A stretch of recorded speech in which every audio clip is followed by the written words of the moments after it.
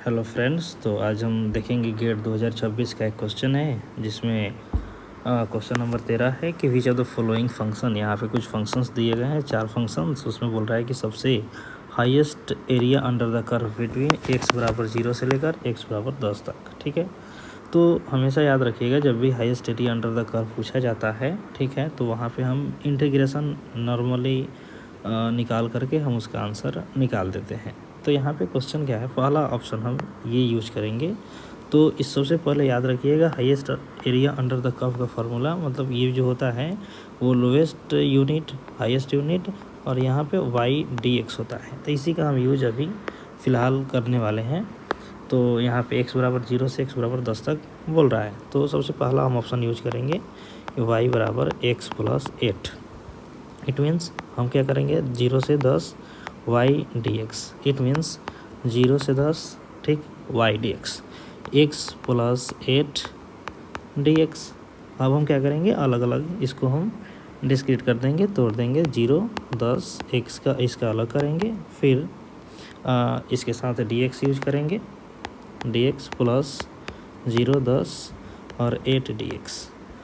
जब हम इसका इंटीग्रेशन करते हैं तो ये आता है एक्स स्क्वायर बाई 2 और ये 0 से 10 के बीच में, प्लस 8 है तो 8x आ जाएगा 0 से 10 के बीच में। तब हम यहाँ पे वैल्यू पुट करेंगे तो 0 तो वैल्यू पुट करेंगे तो 0 आ जाएगा, यानी कि 10 स्क्वायर बाई 2 इसका हो जाएगा प्लस 8 इंटू 10 इसका हो जाएगा। ये हो जाएगा 50 और प्लस 80, ये लगभग 130 के करीब होगा। पहला पता चल गया, इसका एरिया अंडर द कर्व 130 होगा। अब हम दूसरा का पता करते हैं कि ऑप्शन सेकेंड में क्या दिया हुआ है। ऑप्शन सेकेंड में दिया है y इक्वल टू 3x। तो यहाँ पे हम क्या करेंगे 0 से 10 y dx, इट मीन्स 0 से 10 तक, और हम यहाँ यूज करेंगे 3x dx। तो 3 तो बाहर जाएगा क्योंकि कांस्टेंट है, तो 3 0 10 x dx, x dx का एक्स स्क्वायर बाई ये होता है एक्स स्क्वायर बाई 2, और यहाँ पे यूज 0 और 10।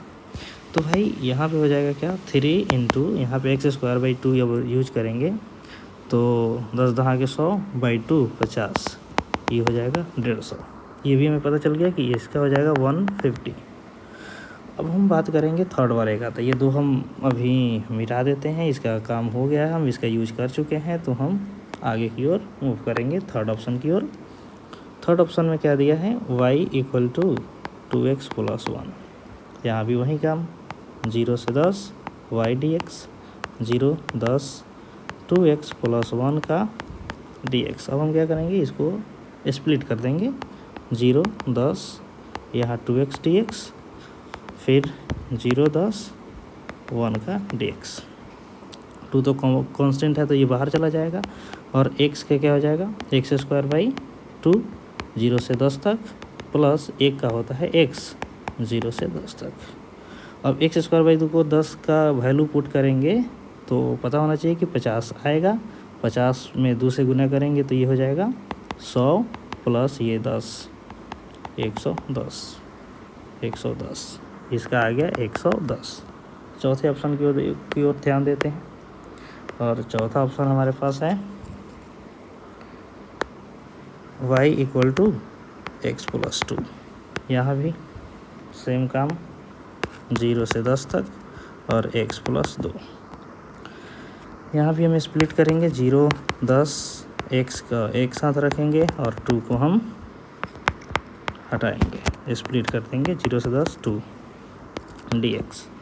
यहाँ पे एक्स स्क्वायर करेंगे तो फार्मूला आप लोगों को पता होना चाहिए कि यहाँ पे उसका हो जाता है एक्स स्क्वायर बाई 2 और 0 से 10 तक प्लस 2 का 2x, और ये भी हो जाएगा हमारा 0 से 10 तक। अब देखिए क्या होगा कि सबसे पहले हम अपर लिमिट डालेंगे, तो ये हो जाएगा 10 का स्क्वायर बाई 2 माइनस 0 का स्क्वायर बाई 2। तो यही काम हम कर रहे थे, इसीलिए 0 का वैल्यू पुट करने से कोई फ़ायदा होगा नहीं।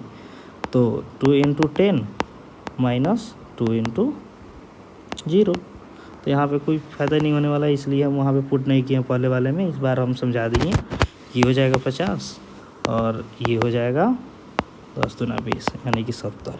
तो इसका हम देखें तो 70। तो यहाँ से आपको पता चलेगा कि सबसे ज़्यादा एरिया किसका है, तो ऑप्शन बी का, इसलिए आंसर हमारा ऑप्शन बी सही होगा।